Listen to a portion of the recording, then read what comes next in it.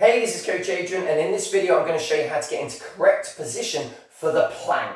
Now we're going to look at the low plank, that's on the forearms, and the high plank on the hands. We're going to look at those two different positions, but they're great exercises, and I'm sure if you do a lot of classes at the gym or even online, you do tend to find planks are used in a lot of classes, and there's a lot of variations of planks as well, but it's really important that we get those basic positions correct. And obviously it's about getting the best out of the exercise for your body, and that's what I want to go through with this video today, okay? So we're going to take it down onto the floor. We've got our mat obviously all ready for us. So we're going to start in the low plank position first. We're going to come down onto forearms first. So we bring ourselves into that position. So what I like to do when I get into my low plank position to start off with is I'm coming down, I've got my forearms, and I'm trying to get as much of my forearms on the mats as possible. So I'm not just digging in my elbows. Always want to try and get as much forearm down as you can. You can go flat palms if that feels okay when you do this position. You can go with your palms in. Sometimes you see people with their palms turned into each other, or they even make a little fist because they want to get the exercise over and done with. But start with your arms directly underneath your shoulders. So if you look here, so I've got my wrists directly underneath my shoulder. So it's not in too close, I'm not here, I'm not trying to squeeze in on the chest to make it uncomfortable, but at the same time I'm not going out too wide. That's going to be a really tough position to hold. So I want to have my wrists, as you see in this position here, directly underneath my shoulder if I turn here. And that's a good, strong position to get into. And this is what the plank is all about. It's a real strength exercise. So let's get the hand position, and you can quickly check. Like I said, I've got my elbows directly underneath my shoulders. My hands are apart, and then we can go down to knees. So knees is the first position we go into, normally when we do our class. So this is like a 3/4 plank position. And as you can see, what I'm trying to do is keep my hips low. So I'm not lifting the hips up into the air, not coming into this position here. My hips are low. So from my knees, hips, to my shoulders, my body's in alignment. So it's a nice straight line. And then the final thing you always think about when you plank or when I'm teaching classes to constantly remind people of is where their head is. Now I want your head to look straight down. So we're looking down basically in between your hands. My hands are apart, so I'm going to look in between them. What I want to try and avoid is looking under my body towards my knees, okay, and looking up or looking to the side.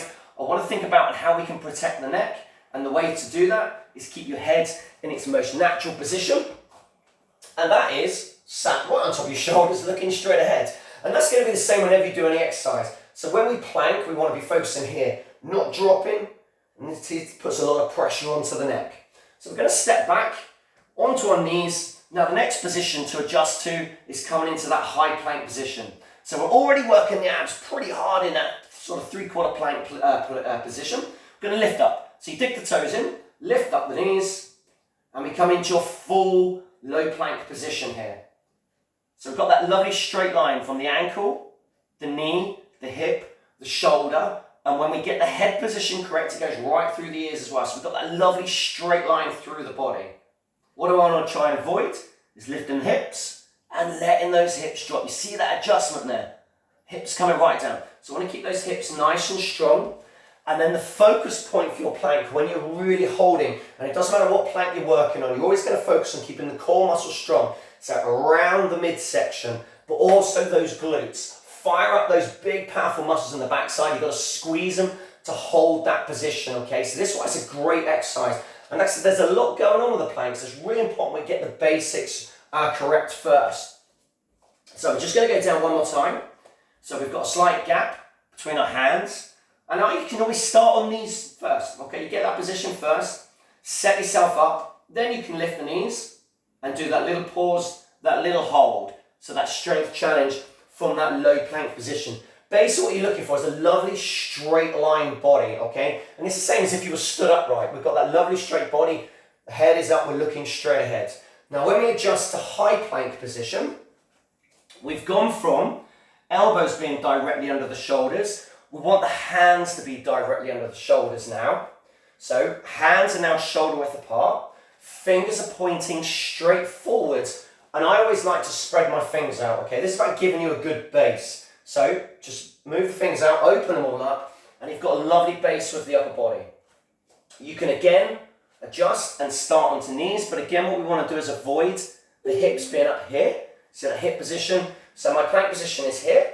If I'm down in my 3/4, my kneeling plank, and we go knees, hips, shoulders in a straight line, and then we think about that head position. So we're not dropping down here, lifting the head.